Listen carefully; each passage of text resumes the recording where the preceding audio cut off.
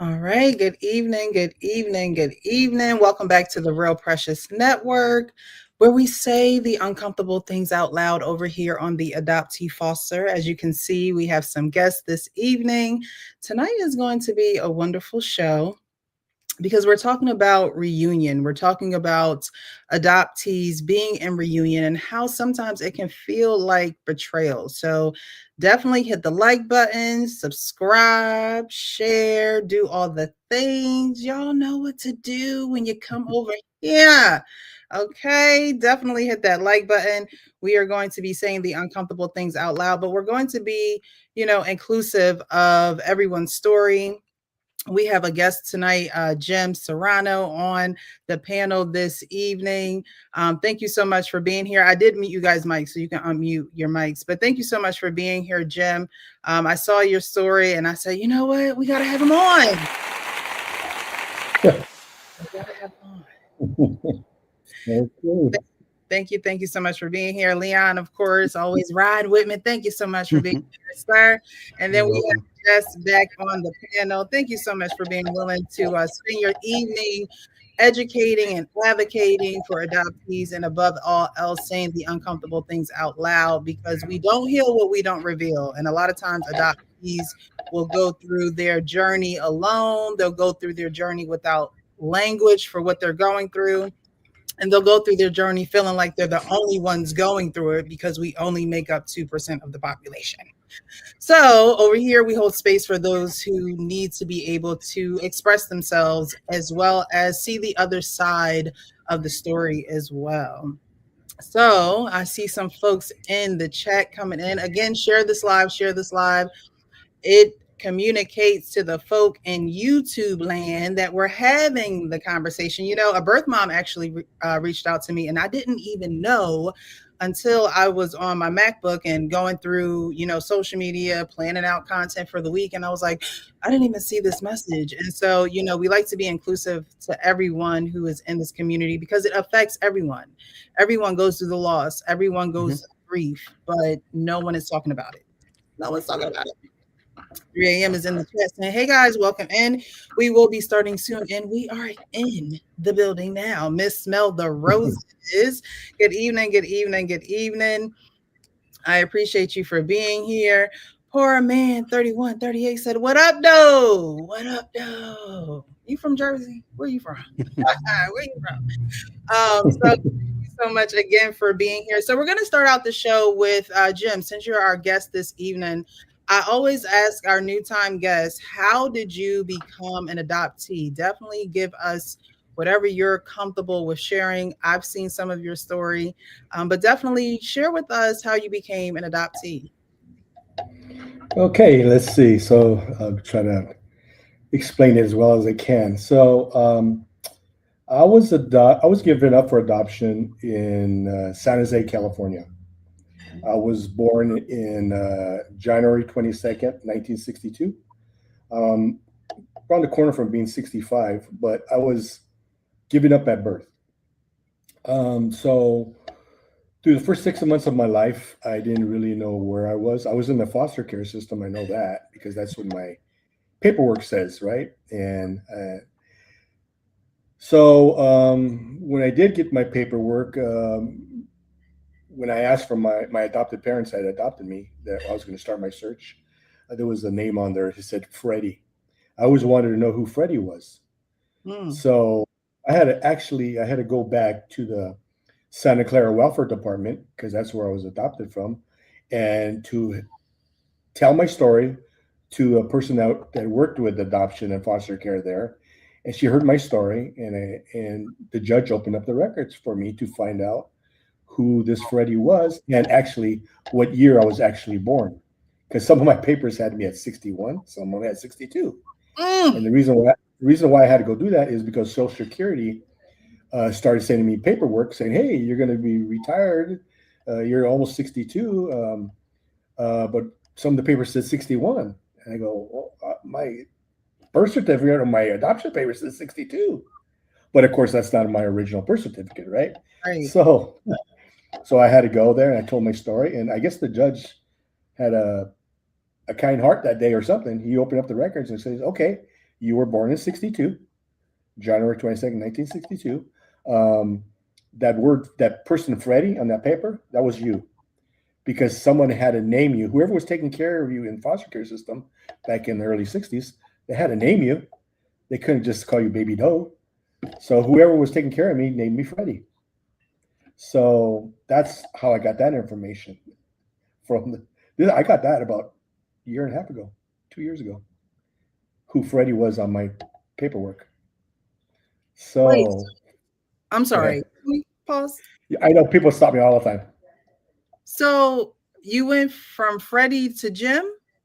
How how how did I that happen? went because my parents that adopted me named me They didn't keep Freddie. James. They said, No, you know what? We're gonna name you Jim. yeah, We James love Ayala Serrano. And that name changed when I was I got it on my paperwork like a year at a year and a half. you. Finding the Okay. court, my name's James Ayala Serrano. So so I was adopted at 6 months of age. I was adopted in Gilroy, California. That's about 30 miles from San Jose, where I was born. So I was raised in Gilroy all my life, and during my childhood, they didn't. My adopted parents never sat me down, talked to me about me being adopted, because they adopted a girl with me. Uh, Okay. she wasn't my blood relative. She wasn't my sibling. She was from somebody else, but they adopted two of us, and And she was how a old? year older than me. Okay. She was a year older than me. Okay. So they adopted both of us. And like I said, during my years of growing up, they never really talked to me about my adoption. Um, they used to it used to be a joke. I don't know if you ever remember a store used to be before Walmart. There was a store called Kmart, Oh Hmm. yeah, and I love yeah, remember Oh Kmart? yeah. Oh yeah. So my parents and my sisters, my siblings, because they had already had three kids of their own, and so they used to kind of tease me, say they got me at Kmart. And I always wondered, why would they say they got me at Kmart? I couldn't Oh, really Kmart say. used to have layaway. Yeah, exactly. So so so they say they got me at Kmart, and then I started looking at my siblings and my dad and my mom, and I go, I don't really look like them, you know. So then they kind of like joked around about it, and then I said, okay, I guess I'm adopted. But see, they sat down. I asked my sister one time, uh, their daughter, Susie, who's my older sister. I asked her one time, why didn't mom and dad ever sit me down and tell me I was adopted? They go, we don't know. But they did tell my sister that she was adopted. Okay. So I couldn't understand why no one ever sat me down. They never asked me how I felt about being adopted. They never talked about it. Never. Well, because they were old school. See, this is in the early 60s, right? And my parents, my adopted mom passed away probably about 25 years ago from breast cancer. And then Mm, my dad passed away probably about, I think it's almost 11 years now, from dementia. mm. So, so I was raised through my mom and dad, and they had uh, two daughters and one son at the time of my adoption and my sister's adoption. So during the years of being adopted, I started telling my story probably about 5 years ago, my adoption story, and I always used to wonder to my sister, it goes, "Well, why did they adopt me? Because my dad was an old school Chicano, don't know how to show love, don't know how to love, say I love you, hug or anything like that. I never had that all my life. Okay, Wait, you and so Chicano, mhm, Chicano. mhm. What does that mean? You have to break it down for me. Oh, Hispanic, Okay, Latino. Latino. Yeah, Did you Hispanic. get adopted by Latino parents? Yes, the But last name is Serrano. So I'm that's sorry. they all Okay, speak Spanish. but Yeah. is that your nationality? Oh, I'm gonna get to that. Okay, I'm okay. gonna get that to that. Um, so after being adopted and all that, I asked my sister. I started doing these interviews. I asked them, "Why did mom and dad adopt me?" And she goes, "You know what? I kind of figured it out myself. They used to talk in the adoption community about sometimes you're being replaced, a replacement baby, or they're trying to fill those parents that adopted you something in their heart that has a hole in it. Well, they had a son. His son was named Georgie, and he passed away at 2 or 3 years of age. And Mm. so what happened is my mom was having a nervous breakdown. That's what my sister told me. So to try to help my mom, they decided to go adopt, and they insisted they have to get a boy too. So that was me. And So how what was the proximity in time of them losing their biological son and then them adopting you? Do you know? I think it was 5 years. I think it Five was years. 5 years because sometimes, to be very transparent with you, sometimes I'll go to his gravesite. His name is Mm, Georgie. His gravesite's here where I live now, mhm. and I'll go down there and say, um, "I'm here just to introduce myself." I try to feel our mom's heart Mm, by me coming into their life, and I talk to him, but he's been gone for many years, and so I'll go visit his gravesite, and so I asked my sister, "You think that's why my dad kind of like never really showed any love towards me? You think maybe he resented me because I was replacing his son Georgie that he lost?" And see, I had to be very, I need these answers, right? So, and my sister agreed with me. She goes, "I think maybe, yeah," because during my growing up, I mean, I used to get beat a lot. I mean, uh, I lost family members by telling the truth in these interviews. I mean, I seen my dad beat my mom oh when I was a wow. kid, so I went through that as a child. Um, but then one thing my sister said to me, uh, that day when I asked her these questions. But Jim, you changed. You changed a lot, from the ages of like 11 to 12, 13, right? Preteen. You seem like you got more of a rebel. Mhm. Had a lot of anger, right?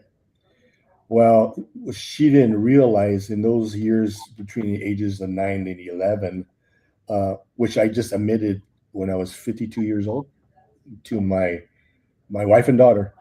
We're on the way to go have an ice cream, and my wife was a retired teacher, so she used to take care of 5-year-olds and little kids all for 25 years, right? Mhm.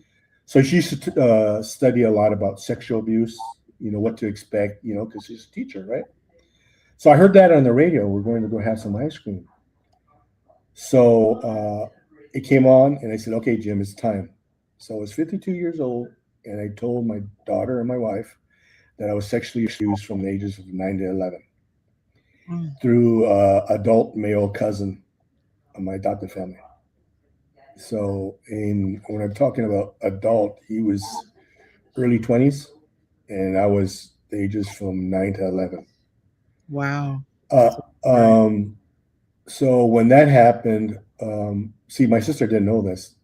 Mm, That's why she kind of said, well, "You changed." Well, they didn't know I was going through all that as a child. And through my years of growing up, I had a lot of anger.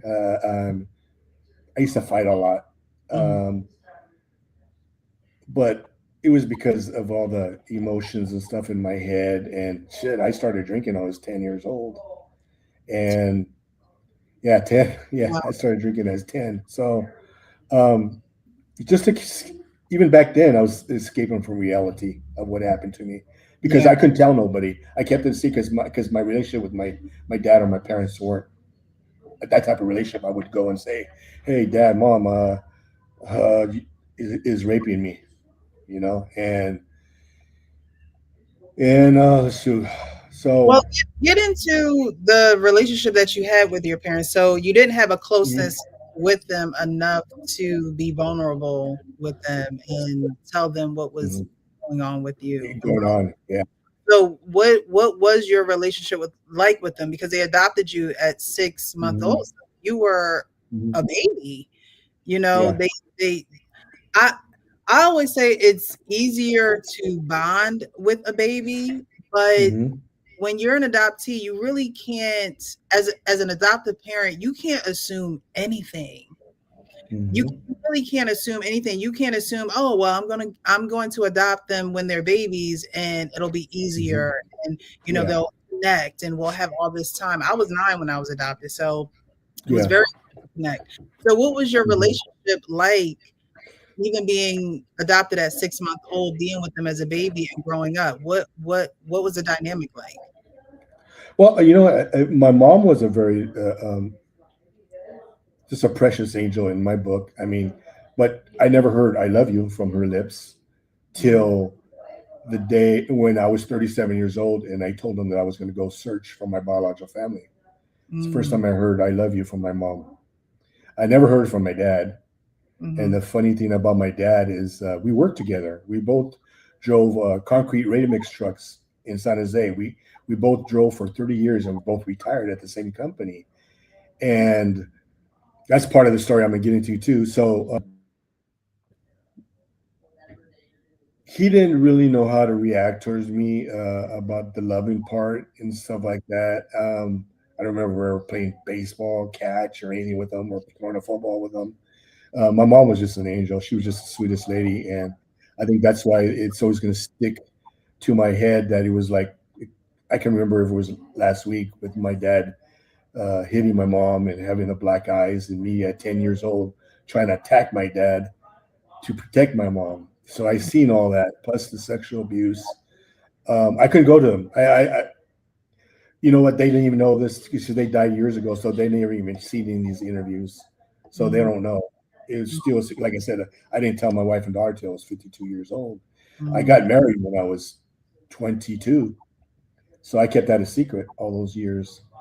And so during my teenage years, um, I had suicidal thoughts, but my suicidal thoughts was first going and killing my abuser, and then blowing myself away. Wow. Matter of fact, I just admitted this to my wife probably about 3 months ago. She never asked me how I was going to do it, but then I told her I had already got a gun from a buddy of mine, and yeah, 10, 11 years old. I mean, we had this relationship with my buddy all those years, and he knew how I felt and what was happening to me. So he gave me his gun, and I was going to go and blow away my abuser and put myself out at the same time. And this was like probably about when I was 16 or 17 years old. And my wife always asked me, "Why didn't you do it, Jim? What stopped you?" And I said, "You know what? I just thought there might be a hope Mhm. that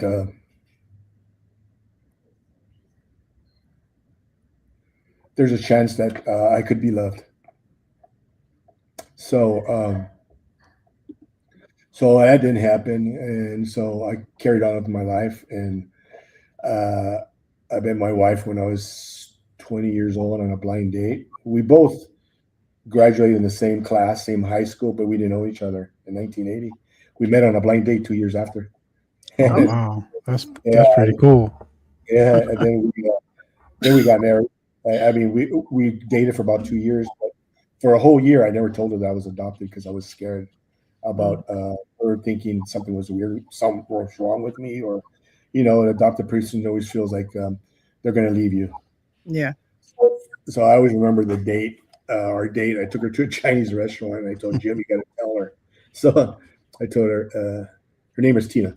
I told her, "Hey, I got to tell you something." And she thought it was pretty serious, right? I go, "What do you have to tell me?" And he goes, "I'm adopted." And I thought, okay, there's that, first person that said "I love you" to me, she's gonna leave me. Mm. And she just looked at me. She goes, "And just like that, there's nothing." Just like So that. yeah, so I said, "Wow." So that's what love's all about. So someone didn't leave me or desert me.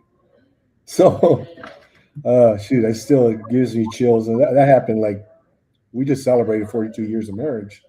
So that Wow, happened like, geez, congratulations. no, Yes, congratulations. that happened like 45 years ago. So after that happened, kept on living life, living life. I never talked about my adoption really towards her and all that. Then one day we were watching I think it was Oprah, and she was having these guests on there, and she was talking about how do you get non-identity information. And so I seen that, and I told Tina, like, hey, I think I'm ready. Ready? You sure you're ready? Because yeah, I think I'm ready to go search. They just said that I could go get non-identity information, and it says, and they don't give you the names, but they tell you how the person was, what was happening at the time of your birth, and the history, right? So I'm gonna go do it. So where I worked at, driving the concrete ready mix truck, there was the welfare department in the county building was like about 2 blocks from where I worked. Mm-hmm. So one day, I after work, I went upstairs to the 7th floor. I go, hey, I'm adopted. I want to get my non-identity information. And I go, oh, okay. Well, you got to fill out this waiver and all that, and you probably get it in about 6 months, right? I said, oh, 6 months? So I was kind of depressed. Like, damn, I got to wait another 6 months. And this is when I was like 37, right? So so I don't know what happened, but I was walking to my mailbox in a town that I used to live in, about 45 minutes where I live now. Walking to my mailbox, I opened up the mailbox, and it had the county of Santa Clara. I'm looking at it, it goes, oh, crap, did I get a ticket? You know, right? So I said, oh, shit, what'd I do? You know? So I opened it up. It was my non-identity information. Oh, wow. So it says, okay, Jim, your bio mother was 5 feet, 95 pounds. She had 2 kids at the time of your birth. She worked at a medical building. She was living with your grandparents, and that was it. Then on my biological father's side, it says your father was 5'7", brown skin, brown eyes, dark hair. He worked till the 10th grade, and then he went to school till the 10th grade, and then he quit and went to go work full time. That's all they had about him. That's it. He's 5'7", medium build. Okay, so that's all the information I had. Wow. So probably about a month later, I'm driving a concrete truck, delivering concrete to the customer, and the customer was Carlos Bryan. He used to work for this company. I delivered concrete to him for 15 years already. So I knew him already. We used to talk about life and everything, right? So he asked me, hey, Jim, what's up? I'm like, oh, nothing much. We were talking about life and all that. He goes, what have you been up to? And I go, well, let me tell you the truth. I go, yeah. And he goes, I'm looking for my biological family. He goes, you are? You mean Joe? Because that's my dad. My dad was working at the same company. He knew my dad. You mean Joe's not your dad? He goes, no, I was adopted. He goes, oh, wow, shit, what a trip, you know? And he goes, well, what do you know about your biological parents? So I read the part about my biological mother. And he looks at me and he starts shaking his head. I go, Jim, what year were you born? I go, 1962, January 22nd. And he shakes his head again. He goes, what you just read to me sounds like a lady that I seen in the early 60s. And I heard that she got pregnant and she gave the baby up for adoption. What? I go, what? He goes, yeah. He goes, everything you said describes that lady. Because that's why he asked me how old I was and when I was born. I go, wow. Do you know her name? He goes, yeah, her name was Marie. Okay. Do you know how to find this Marie? And he goes, oh, shit, I haven't seen her since 39 years ago. You know? And so he said, but I know her family. I could try to contact the family. So, all right. Then I'm looking at him. I go, oh, wait a minute. Am I talking to my dad? My biological dad? Because in the paper, Carlos is 5'7". Right. Dark eyes, dark skin. And so back then, you know, we didn't have cell phones. So I took off to a phone booth, right? And called my wife. I goes, hey, what else does it say in that biological information about my biological father? So she explained everything. And she goes, well, the one part that I didn't ask him is he went to school till 10th grade, quit to go work full time. So I went back to the job site. Can you imagine back in the day, just running back and forth?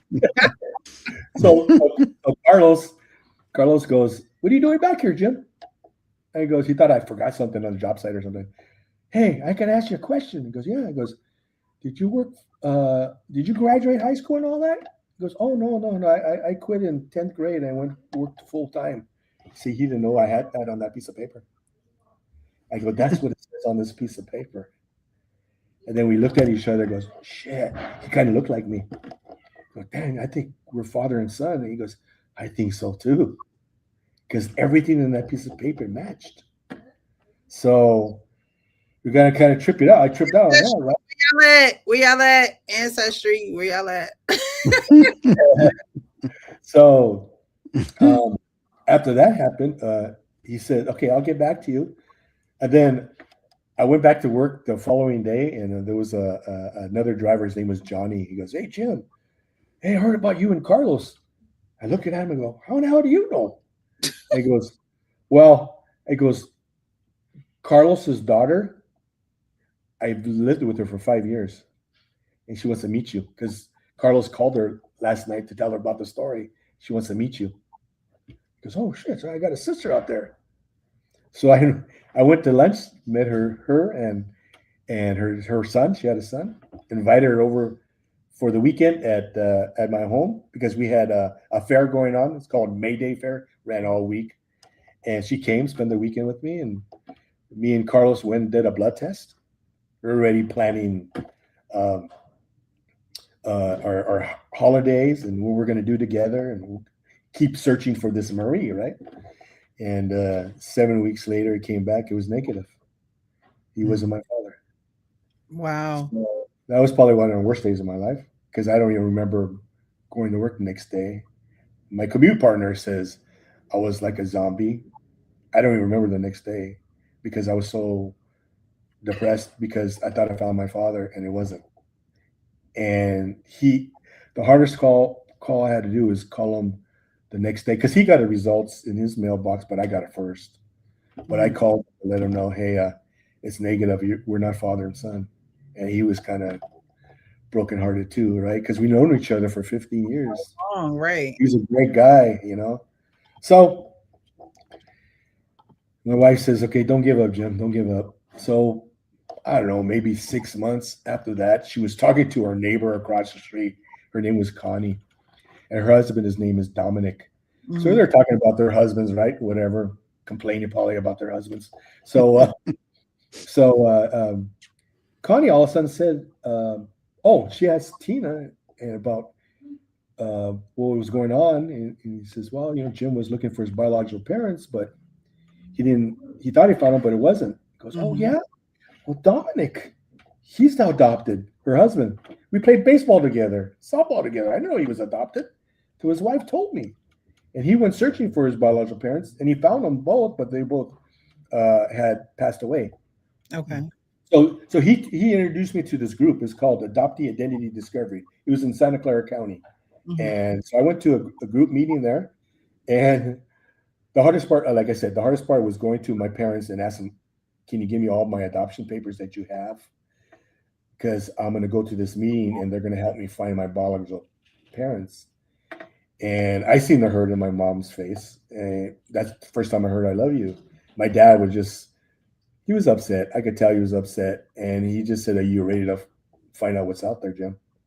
Yeah, I And was going to ask you if you felt like you needed permission from yeah, your adoptive family, but you really did because you had to get this paperwork to yeah, fix. I needed the paperwork. Hmm. So you literally had to get permission. I had to because, like I said, they never talked to me about my adoption. Wow. And you know what? Hardly anyone ever really asked me about my adoption. None of them have ever even asked me about uh, the interviews I do about everything that's happened to me. None of them ever. I know they've heard it because I've lost some family members because of telling the truth, and them saying, "Oh, you shouldn't have spoke that. You shouldn't have said that." Well, I'm sorry, but I put a facade. I was being fake all my life. I'm done being fake. And so I just started telling the truth, my truth, and it Right. helps others too. So after that happened, I went to the group this guy whose name was Neil Kiley. I call him my angel. So I just gave him the paperwork. There was like 6 other adoptees there trying to find their biological parents and stuff. He goes, okay. There was like a 2-hour meeting. He goes, all right, well, I'll call you when I get some information about your biological family. I'm looking at him. How are you going to do that? You know, you didn't even yeah, no. So, like I said, I drove a cement mixer in San Jose, and so he calls me up. He goes, hey, Jim, I got 3 names for you about your biological father. You do? Yeah, one lives in Anaheim, one lives in Long Beach, and one lives in San Jose. That's the town where I was born, and that's the town where I worked at, right? So I had the 3 addresses and the 3 names in my pocket. So he says, don't do nothing, Jim. He goes, I'll do some more searching to find out who they are, right? So one day I was in my mixer. I was leaving a job site. I turned. I seen the address of the house of the person that might have been my mom on my left. So I said, "Oh, hell with it." So I pulled over. I knocked at the door, and I go, "Hey, did you order any concrete?" The person, I think you order any concrete. You're picking up pizza the person that opened the door was actually my brother. If you go to my Instagram, I posted a picture of me pinning a badge on my brother when he became a police officer. He asked me to pin the badge on him. Wow. So I kind of blew it right there. But so then Neil Kiley called me probably about 2 weeks after that, after I stopped at that door and knocked at the door, right? He goes, Jim, I found your mom. Well, who is it? It's the lady in San Jose. I go, Neil, I got something to tell you. He goes, what? He goes, I went to that door 2 weeks ago. I go, what? What did you do? Well, I told him the story about me asking if they ordered any concrete. He goes, oh, Jim. So he goes, so all this time, my parents or nobody ever asked me about my search. And no one ever cared, really. So I had the number, and he says, okay, make the call, Jim. So about 8:30 at night, I called, and I say, hey, I knew my brother's names already. And she answered the phone. Her name was Noberta Montoya Dominguez. Okay. So I called her. She answered the phone. I asked, hey, is Bobby there? Bobby is the person that answered that door that day. That was my brother. Oh, I have a brother named Bobby. Yeah. So then she goes, no. I go, how about my brother Paul? That was my younger brother. And she goes, no. I go, who is this? I go, this is Jim Serrano. She goes, oh, I don't recognize your name. I know all my son's friends' names. I don't recognize it. He goes, well, can I ask you a question? She goes, yeah. I goes, does January 22nd, 1962 mean anything to you? It was dead silence on the phone. Because I'm going to ask you the question one more time. Does January 22nd, 1962 mean anything to you? And then she goes, why are you doing this to me? I go, I'm not doing anything to you. This is who you think it is.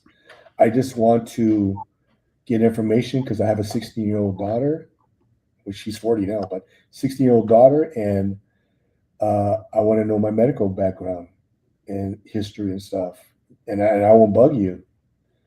And she goes, well, what is your name again? And I told her. She goes, I can't really talk right now. Okay. Can I call you tomorrow? I go, sure, you can call me tomorrow. So I hung up the phone. And of course, I was a nervous wreck, and my in-laws had to drive me home because I was freaking out, right?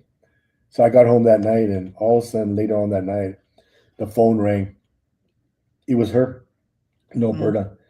And she goes, Jim, can you meet me at Valley Medical in San Jose instead of me calling you? I go, sure. So I called the work and said, hey, man, I have something to do. Something important to do. All right. So I met her at Valley Medical in San Jose in a parking lot. She told me what she kind of looked like, and she was going to be with four kids. I said, okay. So she was with the four kids, and I walked up to her, and she came to me, and she cried in my arms, saying she was sorry. I didn't have no feelings. To be honest, I had nothing but hate because what happened to me as a child, and I Mm. was blaming her. And so I was all, okay, go ahead, cry, feel my pain now. And so she invited me to go to the appointments with the kids at the Valley Medical that day. So we didn't really chit chat. We would chat, but not really. I just seen the kids go in and see the doctor. So then she comes out of the office and we're in the parking lot. She goes, Jim, I have to tell you something. I go, yeah. I have to go home and tell my husband that you exist. Nobody knows that you exist.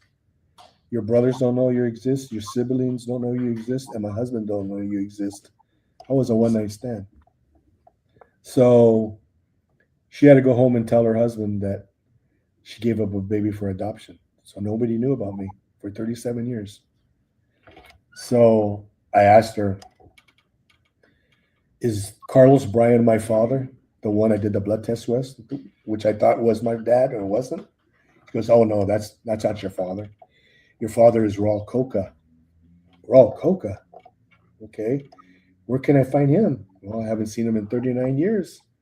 But your uncle has a furniture store in downtown San Jose. It's been there for years and years and years. Because you could go there and ask your uncle where your dad is at. So I went there and on a job site. It was right across the street from a job site. I walked into Hank Coca's downtown furniture. I walked in there and I said, hey, is Hank here?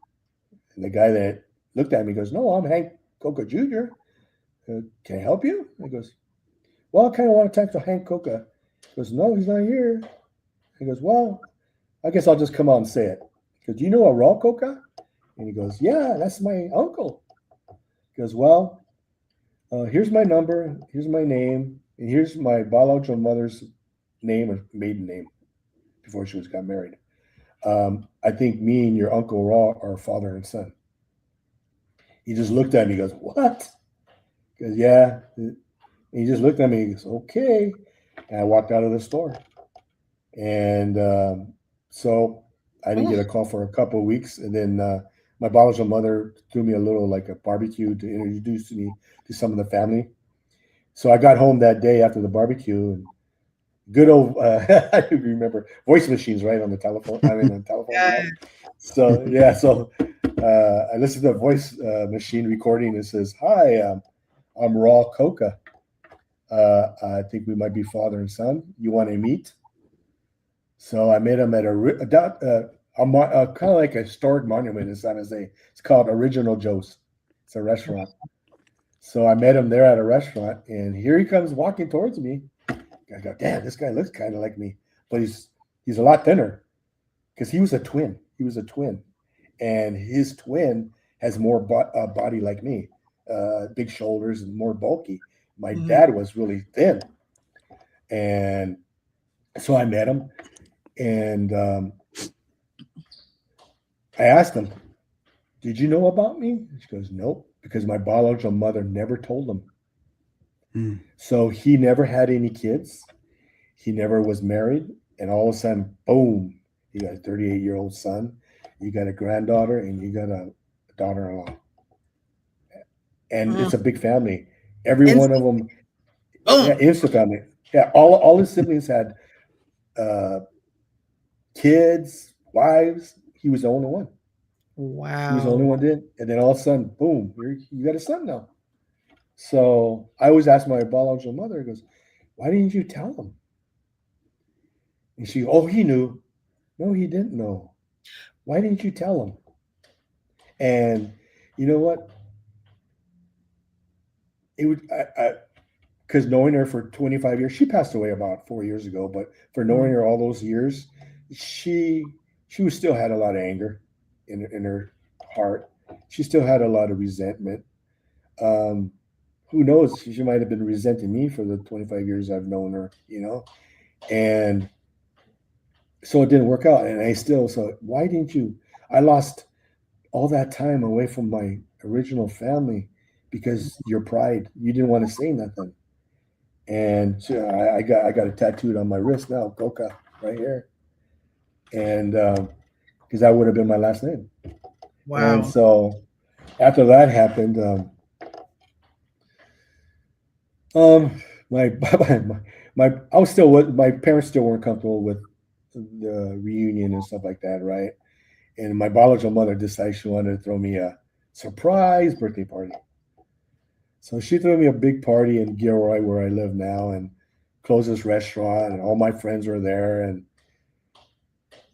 my wife told me, "Well, your parents are going to be there." I go, "They are?" Because shoot, okay. So I walked into the party, and I was still drinking back then, right? So I walked into the party, and there's my mom, there's my dad sitting on the same table as my biological mother and her husband and some of my siblings. See, because I had to go meet all my siblings because they didn't know I existed either. Wow. So everybody in the same room at the same time. Yes, and I seen the hurt in my dad's face. I seen the hurt in my mom's face. But I forgot something very important to tell you. After I went to go meet my siblings, remember the little kids that I told you that she was with? Yeah. Took her to the doctor appointments. I asked her, "Who are all those little kids? Are those your grandkids?" Goes, "No, those are her foster kids." Her and her husband were foster parents for 25 years. 500 kids went through their home, and she kept that a secret from everybody that she gave me up. She had awards from the mayor, and she never put them up. She always put them in a box in the basement. So what was her reasoning for placing you up for adoption? You said she had 3 kids prior She had 2 kids at the time, to, okay. and man, there's so many. I don't know what to believe. I heard one cousin tell me that they made her go to LA to live there till she gave birth to me because her parents, my grandparents, were ashamed of her because she got pregnant. Well, she had 2 kids already out of wedlock and all that stuff, right? And then I heard some people say, "Oh no, she didn't have no help. That's why she gave you up." Mhm. But my cousins tell me no, our grandparents weren't like that. They wanted to keep you. They were angry with her because she gave you up. See? So just like your Mm-hmm. mother, your adopted mother lost a child, right? Mm-hmm. And losing that child 5 years later, you're adopted. Your Mm-hmm. biological mother has children, but Mm-hmm. then she has you, gives you up for adoption, but fosters over 500 children.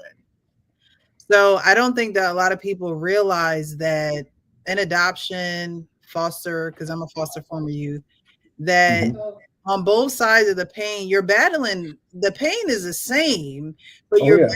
battling it from 2 sides of the coin because both have loss and you're trying to fill this loss with children that are not even yours. You're fostering, and hey, look, great. These children needed homes and she was a home, a safe haven for them, but she also had um loss and grief.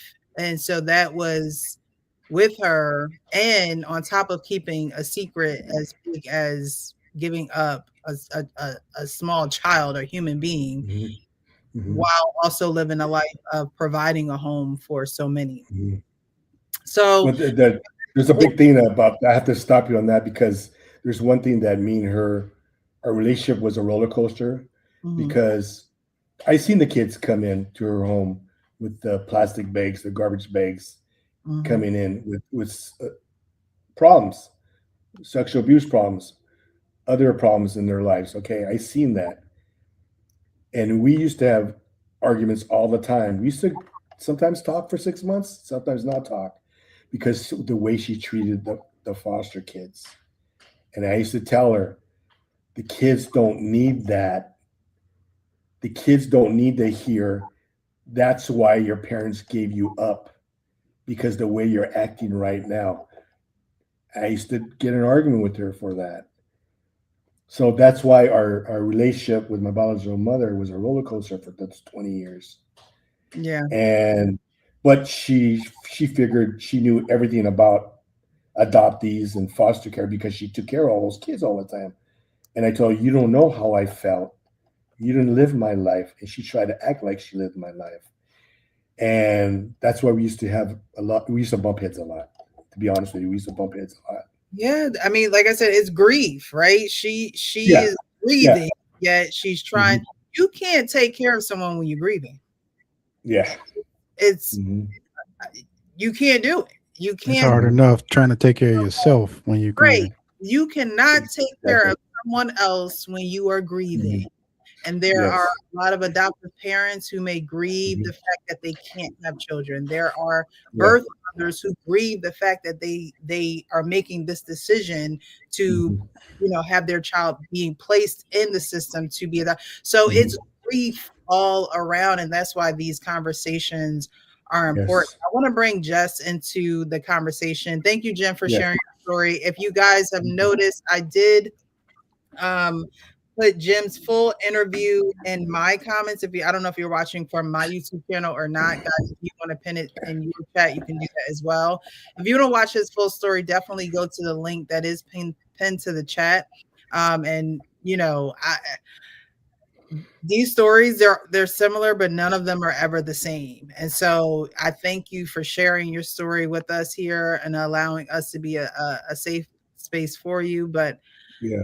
yes, I wanted to bring you into the conversation because hmm I know you've shared your story with us before. Definitely give a brief summary of how you became an adoptee, but also, talk about the invisible pressure adoptees experience when being in reunion with their biological family. Oh, you're on mute, love. Hold on, let me see if I can unmute you. Is that me? There, better? Mm-hmm. Yeah.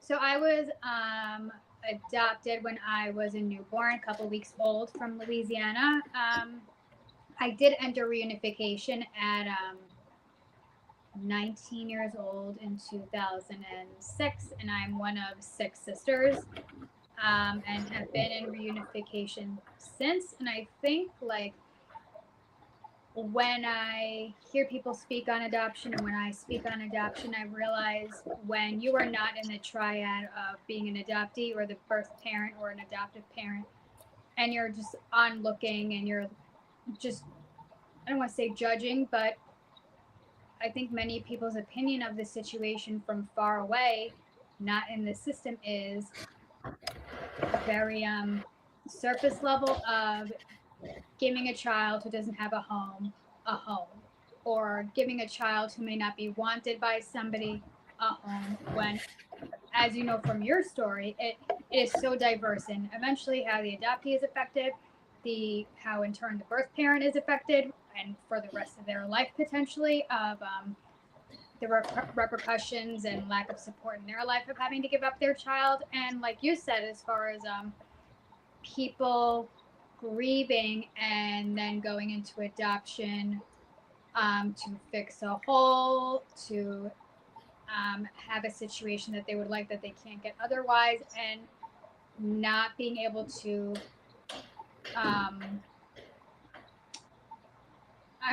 properly partake in what the adoptee actually needs, because it's so heavy Layered. with layered of somebody else's emotion. Mm-hmm. So, because sometimes I feel like when I talk about these things, I get these looks of like, why is any of this like a big deal? Or like, do you know what I'm saying? Unless, like, I hear you speak and I see you speak and I hear Precious's face and emotions, and we understand. But sometimes if I talk to somebody who is not part of this, it sometimes feels like there's nothing that I can say to make somebody understand why all this matters, why it's so important, why years down the line we can talk about this and still have tears in our eyes, even if we've said the same thing 100 times, how we're going to relive these emotions for the rest of our life, even when we don't want to. Yeah. I remember I had my husband ask me a few times, like, when do you think like this is going to end? Like getting emotional, and I'm like, I there's going to be times where it ebbs and flows, but I don't think it will. Yeah. You know, even if I would like to, you know what I mean? I think it's ever changing, and your relationship with it is always evolving, and the things you find and make peace with and don't, it's lifelong. It definitely is lifelong. It is because oh my goodness, I feel like I'm like a veteran in my story now because I think back to being adopted and then finding my sisters finding me, then me being reunified with my mom, then just a few years ago just finding my birth father, meeting new family members. It really is an ongoing part of our lives and something that we can't just shut off. And like you said, it's ebbs and flows. I can have months with, when I met my youngest brother, we were, just doing regular things, going to work, and one of our siblings was like, I think I found him. And we were like, what? And I'm one of 7. So I'm the oldest and he's the last, and so with him going through his adoption journey, I feel like such a veteran in the game, and I don't want to be insensitive, but I also know that I need to hold space for him because he never got to meet our biological mother. She passed away before, he could meet her. And so he has that loss and he's going through that grief, and he's in college, and, he was born into a culture that is not like him. Everybody think he's Dominican. He's a Black male who knows fluent Spanish. Fluent Spanish. I was like, whoa, teach me something, bro. Because now you're a resource. You're not just my brother, you're a resource. And for him, it's like he doesn't embrace that. And for me, I'm like, boy, you know how much money you can make? You know how to speak 2 languages?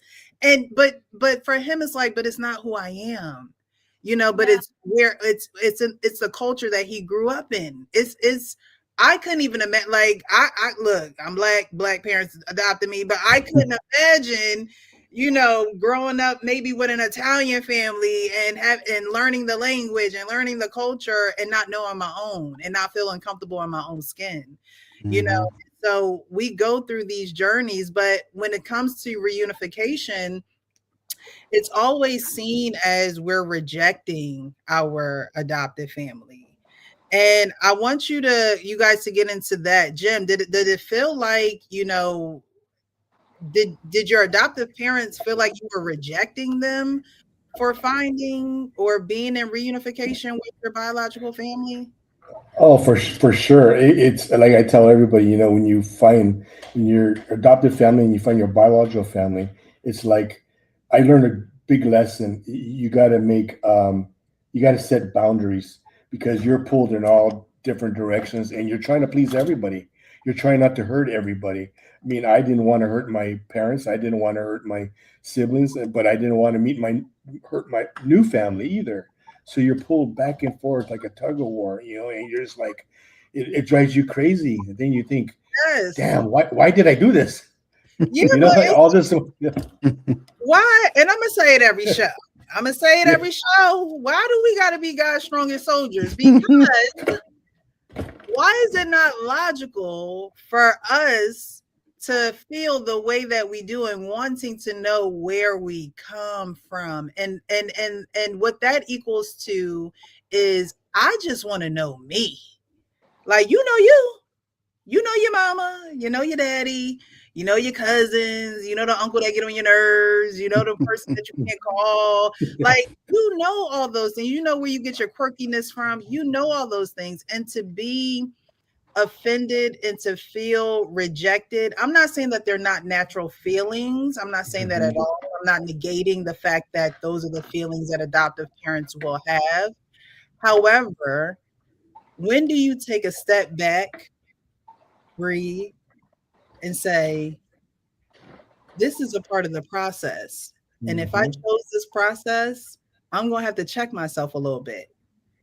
Because at the end of the day, the facts are they come from someone house. Yeah. You know, they weren't just dropped Mhm. off in front of the house and you had to figure it Yeah. out. We have biological roots. And for you, Jim, it's like I have a 15-year-old daughter. A lot Mhm. of adoptees don't really take their journey or dive into their journey a lot of times until they have their own children or they get married. You don't have to have the child first. Yeah. You could just get married and be Mhm. joining yourself in someone else's family and saying, I never had those types of moments in my family. I don't know what that closeness is like.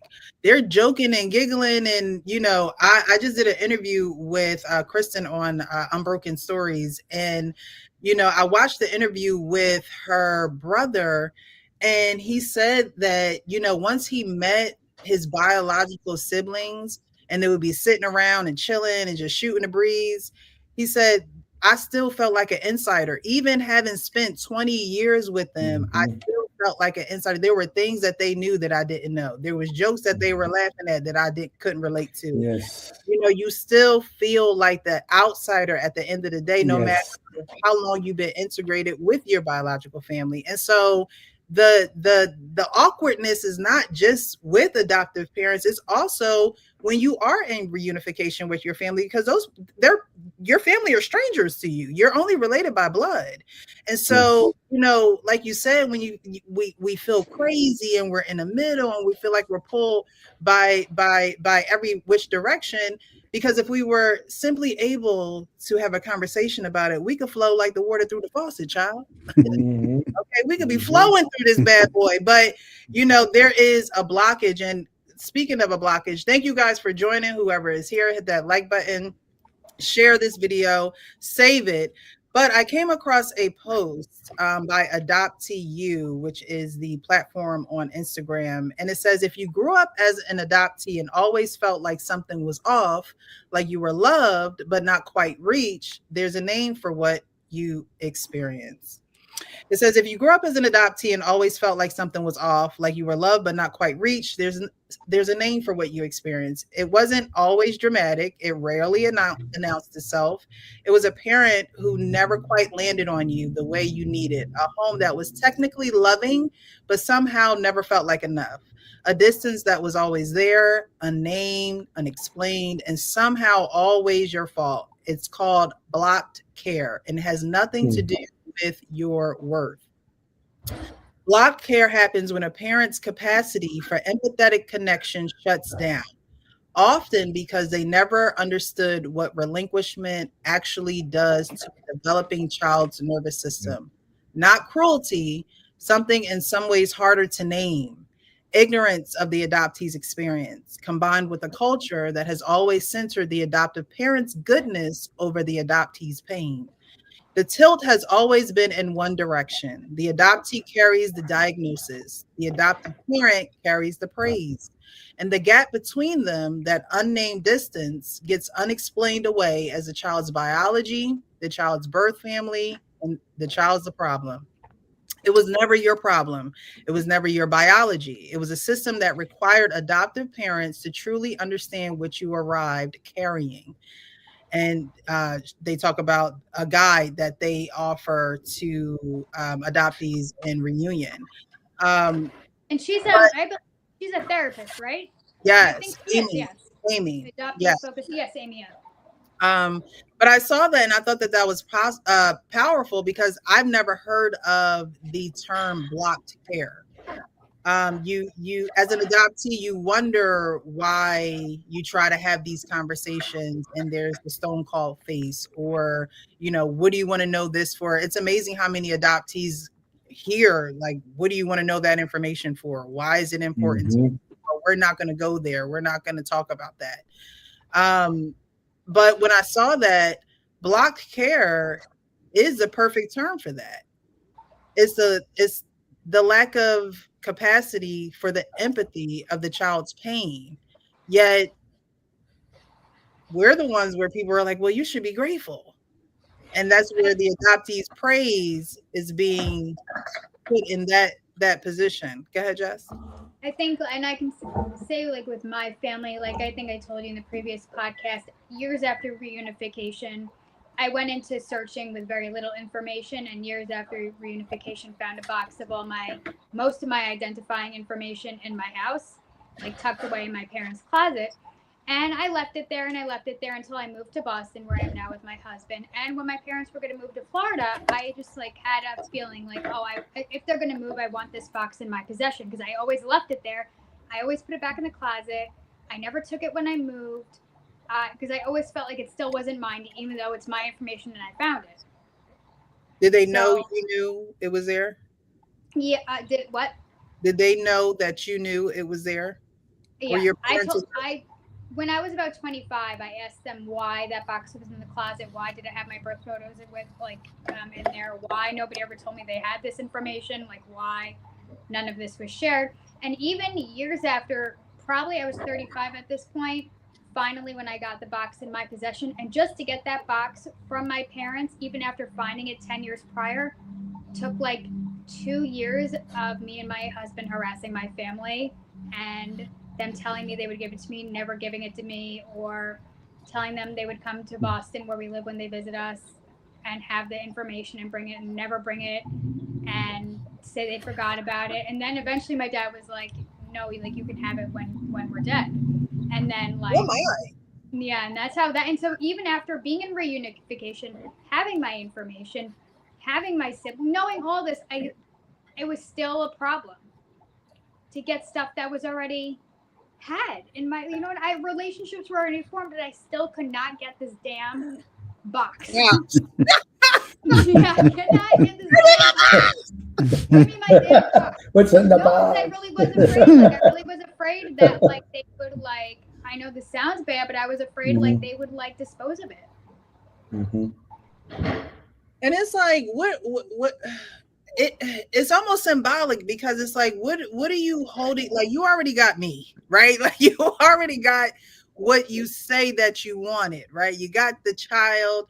But when it comes to the legal documents and things of like, these legalities and these signatures on paperwork is not going to form the bond that, that's not the definition of the bond that you have with me. Because a lot of adoptees get adopted, and again, we talk about the fairy tale, vision of adoption, where it's just like, oh, you're going to be a great family, and it's going to be like or the Fresh Prince of Bel-Air when Will came to live with his rich uncle, it doesn't always, like, it's not this fairy tale. We have to be honest, real about the complex feelings that adoptees feel, and adoptive parents need to be honest and real too. Say you don't know. Yes. You don't know how to have these conversations. Say they make you uncomfortable. Get into it, because again, I just don't. Most adults will. Most adults will tell you to make wise decisions, and making wise decisions means I've looked into this, I've studied this, I've indulged myself in this content matter so much that I have the tools necessary to go into it. And even if I don't know everything going into it, I can pull from resources.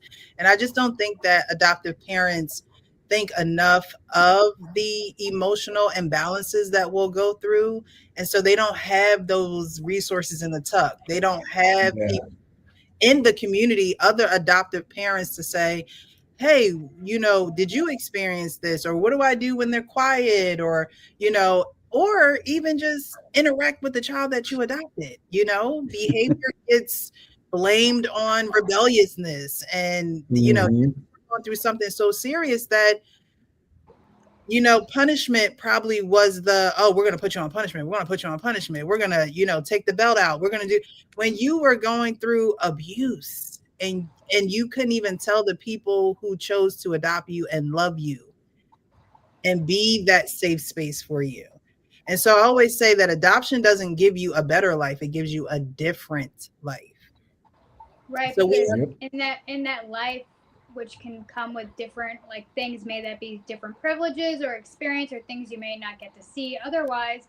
You're all I was raised without my siblings, for 20 years of my life. I didn't know, for 30, Mhm. 30 years of my life, I didn't know one of them. 39 years, I didn't know the other. And the other 3 I went into reunification with when I was 20. And it's like, why are these things not kept intact to the best of people's ability? Like, there are ways to do this. Yeah. And we talked about it. I believe, Jess, you were on the panel when we talked about adoption reform. There are things that need to change within this sector of the family division that I don't think a lot of people shine a lot of light on it. And there are those who boots on the ground trying to get bills, laws passed. However, in the actual families of those who are being adopted, these conversations just are not popular ones. And the adoptee holds the responsibility of saying, okay, do I have this conversation? Is it going to make them uncomfortable?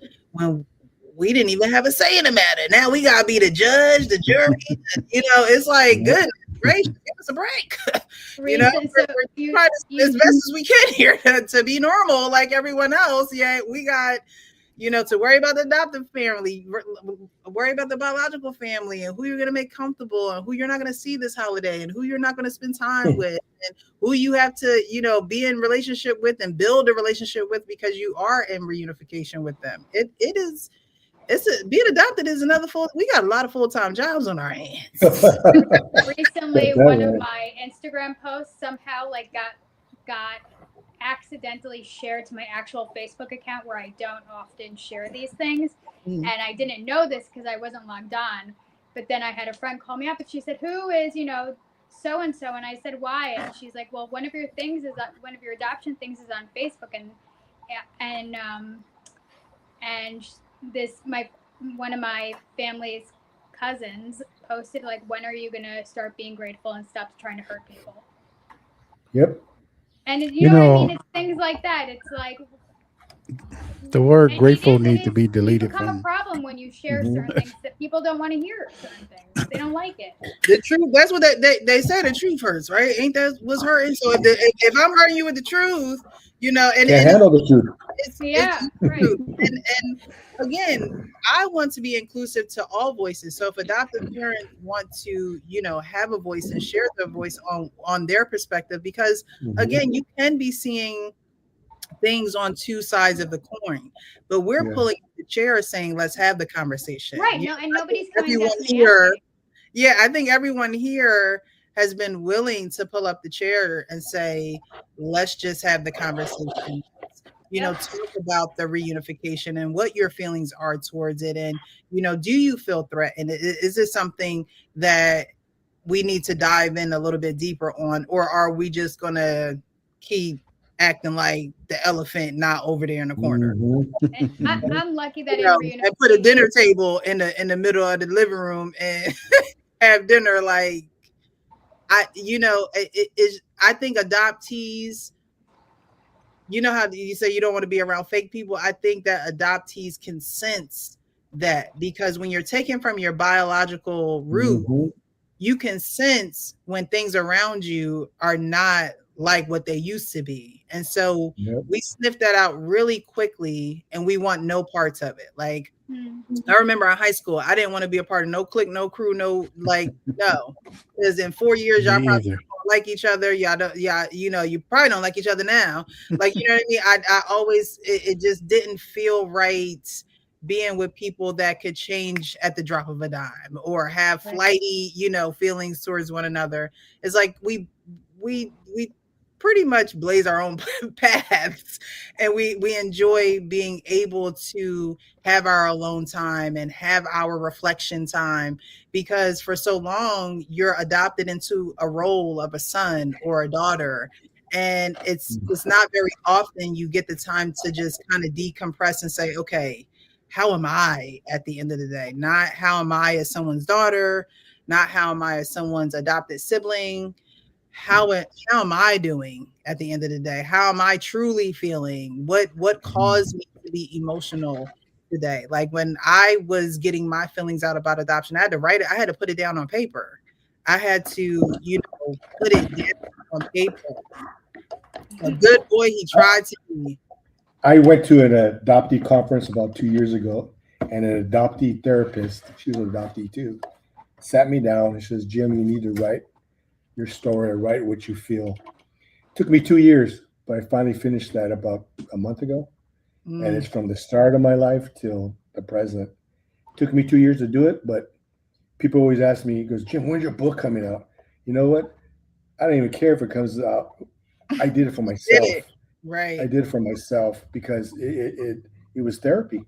I never thought I could write my feelings, and a lot of stuff came back, and it helped me a lot.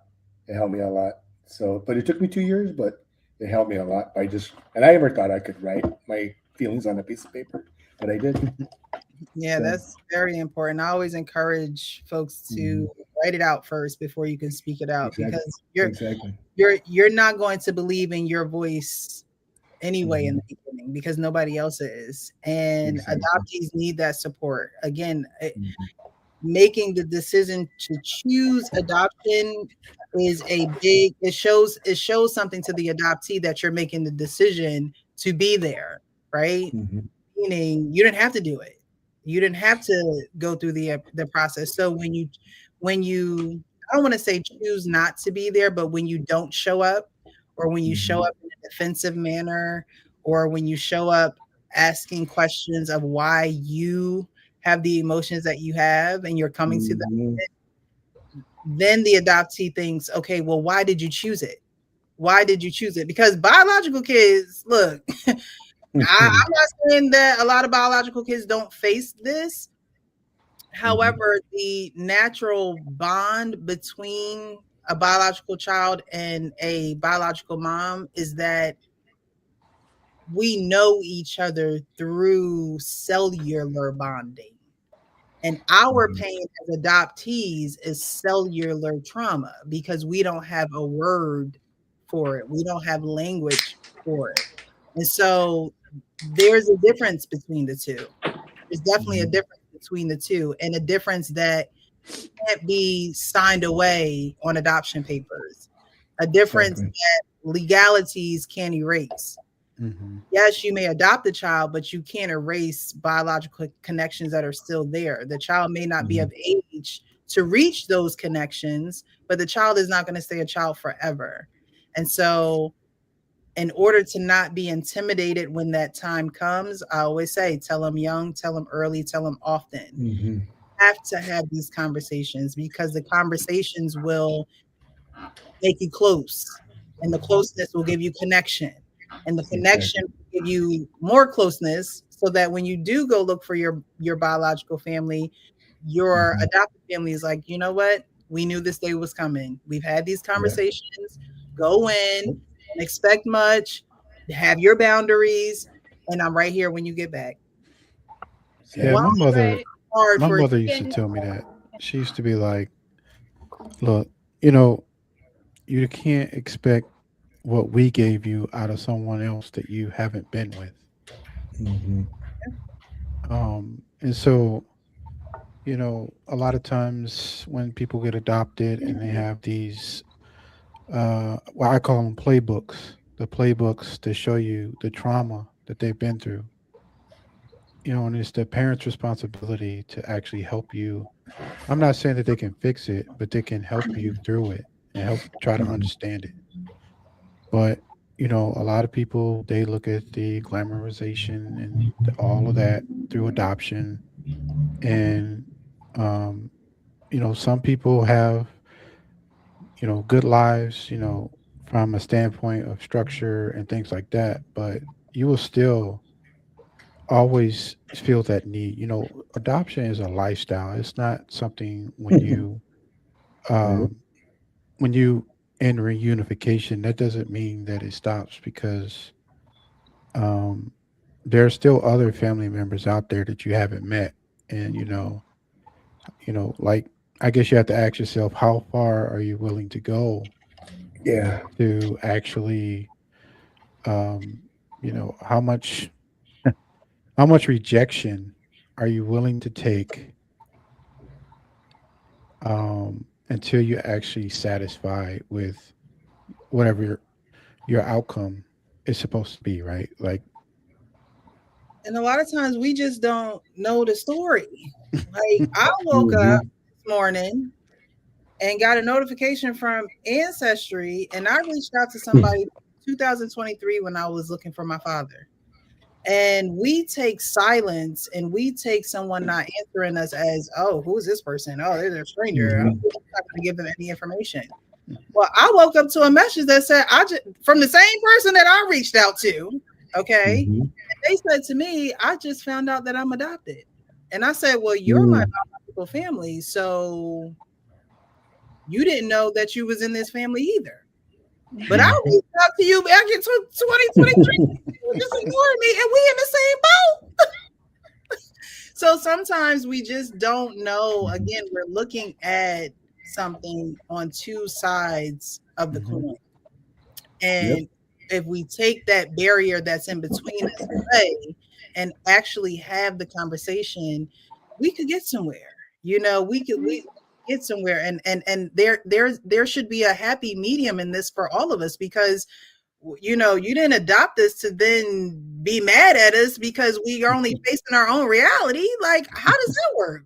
And that's where it makes us feel crazy, and that we're mhm. the Lord's strongest soldiers, because who else do we go to but the Lord when it's like, God, like, I thought you was the God of truth. And but don't nobody want to face the truth down here, Lord. So what?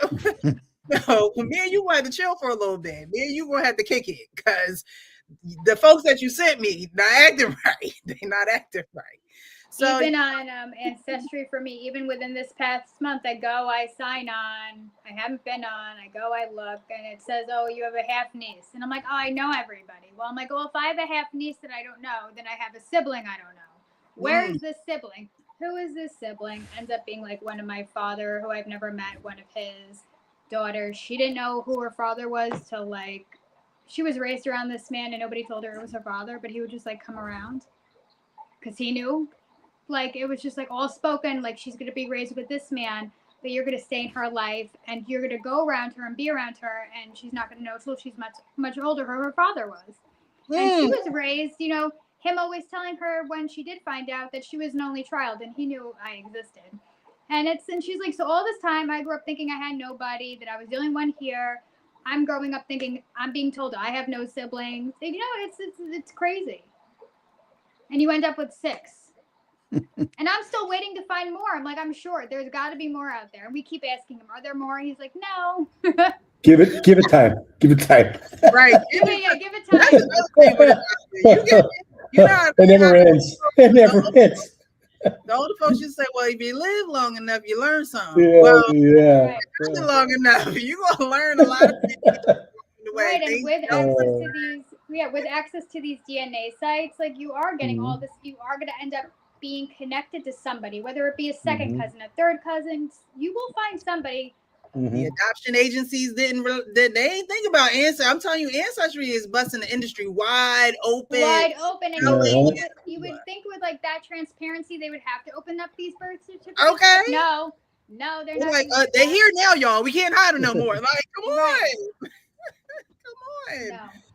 Yeah, it seems very unfair, and believe me, like my mother she abused drugs, and so it wasn't a safe environment for us to be around. However, did we have to cut off the connection with the entire family? I'm the oldest of 7. Why couldn't we be in connection with siblings? Why couldn't there be calls or letters or visits? Why couldn't it be that? Because now when you are older and you're adults, you're trying to have relationships with grown people, and it doesn't mean that they're going to accept you. It doesn't mean that you're going to even click with your own biological family, because that's a whole nother show. There are some people who don't get along with their biological family, right? And so that's why you go in with zero expectation and having those boundaries, being at a place, at an emotional awareness within yourself where you know yourself a little bit more than you did probably when you first found out that you were adopted. You were able to process things, and so I am so thankful that you guys came on this evening. I do have one last question for everyone on the panel to answer. And it's, if love isn't supposed to be limited, why are some adoptees made to feel that loving one family takes love away from the other family? Why do adoptees feel like if I'm with one family, then that means the other family is going to think that I am not loving them as much, or I am trying to discard them, or I am choosing the other family over them? Well, you're not Because it makes choosing. them think. It makes them think. Like you are in the restoration of your original story. Ooh, that's Like you're not. You were chosen because you were given up. Right. They picked you. They say, okay, this is, I don't know if you guys seen, but like I was in a newspaper clipping in the Detroit News, and that's how I was adopted. Yeah, same in the That newspaper. that story still runs till this day. That was 1980. and they still putting children in the newspaper asking folks if they want to adopt them. Or on Yes. I Facebook. just go to the newspaper for a job, like not a child. A child. What the listen Right. for today? But I But mean, I I think, like that, Leon. We're in restoration of our original story. yeah, And because not you gotta look at, um, for example, if um, when you're not discarding your adoptive family by searching for your family that gave you up. You are just searching for the piece of you that is missing. Right. Like, um, and sometimes people do get in their feelings. They get in their feelings about how, you know, and they could, if they would just be honest and say, I don't know how to deal with this conversation, or, let's go talk to somebody to help us figure this out instead of, like Jim said, get upset. You can see it in, like, I tell you, the first thing I can see is somebody that is visibly upset from a young age because of all of the trauma that I had to deal with as a kid. And so, and I'm pretty sure you guys could too. Just reading the room and seeing, okay, yeah, all right, that person don't really look all that cool. Like, Yeah. you stay away from him, And so there are different, mechanisms you can use. But I just think that they're not ready for the conversation. I think they're not open enough. They're open enough to adopt you, but they're not open enough to let you find your family once you are ready.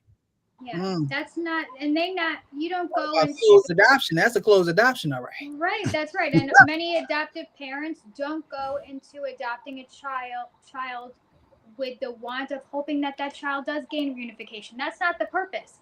Giving a child a home hopes in a hope that maybe when they're older they can gain reunification. The hope is to bring home a child. It's so, not to say that there are not adoptive parents who won't support that search, but that's not, I don't feel like that's the mindset of adopting a child, is giving them a home, a safe place until they can go into reunification if they are able to. But they have to expect, like, they have to, like, you can't be naive to that discovery. Like, at some point, you are, as an adopted person, well, I can't speak for all, but most want to Right, find, their family. They want to right. know, like, who they are. I'll tell you, I had three main purposes for when I was searching for my family. One, I wanted to see who I actually look like because I didn't look like anybody in my family. Two, I wanted my medical history. You know how embarrassing it is to go to a doctor and tell them you don't know at Hmm. almost 50 that you don't know what runs in your family. Like, and you know, and three, just to try to build the connections that wanted to be built, right? Like, so there are people, you know, that's going to. I mean, if I showed you my ancestry, you'd be like, wow, all these messages and no responses. But you also have to look at, you know, they might not log in as much as I do. Like, but the people that do log in and the people you can actually see if they read your messages. So you know they see it, they read it, and they just refuse to respond. Or you get responses like they'll write you a book and then say, "Oh, I don't really want to talk on the phone." Yeah, 'cause reunification is an active, it's an active, you're actively searching, or you're Hmm. actively trying to connect, right? And Hmm. everybody is not at the same pace in the journey. There's a pace to this, Hmm. and everyone does not arrive at the same pace that Hmm. we could be going 90 miles per hour because we're learning all this information and we're so excited, and we want to Hmm. learn more, we want to connect more. And there's might be somebody where you might be breaking down that house, driving your car through the house because they're like, wait, whoa, huh, what just happened? So I always encourage adoptees to give the people on the other side grace, because just like it can be a shock, it can stir up someone's world to find out that they're adopted, to find out the people that they're Hmm. have been raising them has been their parents, to find out that they have a 39-year-old brother, to find, like, process. It's a lot to process. It really, it's like life is just not the same anymore, right? And now I have to figure out how to exist in this reality and live within truths that people were keeping from me, right? Hmm. We suffer the most, I feel like, sometimes as children, vulnerable children, and our identities and the truth about who we are is kept from us. A parent's job is to be able to instill self-esteem in their children. But if you don't want to tell your children about themselves, then you can't be mad at the rebellion. You can't be mad at well, they're not connecting. You can't be mad at the distance, because you're not telling your children about themselves. So how do you think that they're going to form self-esteem? It's another reason why I always say that adoptive parents should get in contact with trauma informed therapists, get in contact with child therapists, because these people are educated to, even if your child doesn't have the words to break down how they feel, the level of emotion that they're going through, they should be able, you should have these people on speed dial to be able to regulate the emotional imbalance in the home. Because when you're married, husband and wives, they always say wives are, if the wife ain't happy, ain't nobody happy. Well, sometimes that's true with children too. When the children are never happy, sometimes that disrupts the home, and you got to get control of the home. And you only do that by getting down to the root causes of why there is an imbalance in the first place. One, adoption. Got to be real about that and how that does cause trauma. It is a trauma. We got to be real about everyone's emotions surrounding it. Can I give hopefully some good advice to biological parents and adoptive parents? This is an experience that I had. Day after that 38th surprise birthday party, the next day I ended up in ICU for 3 days. It thought I had a massive heart attack. Hmm. Here comes my adoptive family into the room to visit me. Here comes my biological mother 10 minutes after. They're sitting in the room, not saying anything to each other, but just looking at me.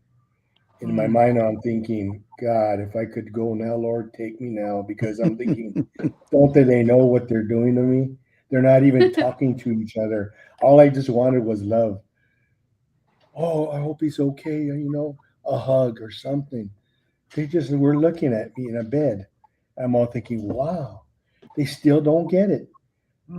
They still don't get it. After all these years, they still don't get it. All I wanted was love. But they just looked at me. I couldn't believe it. So And sometimes just don't do that. Don't do that. Right. And sometimes love also means like embracing each other for your sake. Okay, Jessica, let the church say amen. Okay. Can we? I'm the birthday. All right, can we give it up for the birthday? No, I'm just kidding. But adoptees are the center of adoption. So we cannot forget that. We can't forget it. And again, I don't think that it's forgotten. I just think that as a parent, parenting is a skill, right? They have parenting classes. They have, even in high school, you take home economics, you take children and family studies, and well, I know I took all those classes, but you know, it's a skill. And just because you may have lost your own children, maybe you can't have children biologically, doesn't mean that you can parent to a level where you'll never need help. You'll never need assistance, especially with adoption. You have to have the skill of disarming trauma. That's the skill that you have to have for your adoptee. And if you don't understand that, then you'll always see your adoptee as acting out, being rebellious. There is no connection. You have to have the skill of disarming the trauma, and that's identifying it and not running away from it and not ignoring it, but sitting in it with your adoptee. Because at the end of the day, even a dog just want to be pet. Even a dog just want to know you're going to feed it. Even a dog just want to know you're going to come back to the house and you're not going to just leave for a week, you know? And that's, adoptees are the same way. You may be in the house, but you can't have a conversation with me. So now in my mind, you've left me. You're not here with me. They don't understand that adoptees feel that way. We could be sitting right next to each other, but because we can't have an honest conversation with one another, we're worlds away. We're worlds apart from one another. But from the outward eye, oh, we're a happy family because we're sitting next to each other and we happen to be smiling. And so we have to be honest about that. We have to be honest that when adoptees speak, we're not trying to hurt anyone. We're actually trying to bring everyone together. We want I always say this, you know, Leon, I always say, can we just all get along? Just for the sake of us. Like, yeah. Unfortunately for the adoptive parent, if the biological parent wasn't in the circumstances that they were in, you wouldn't have what you want. Mm-hmm. So you have to be grateful for that, right? We're always being told to be grateful. But adoptive parents got to be grateful for the unfortunate loss of the adoptee. And how do you show that you're grateful for that? You honor what God has given you and you steward it in gratefulness in order to get gratefulness from us. That's how that works. You can't just demand it. You also have to embody it. Mm-hmm.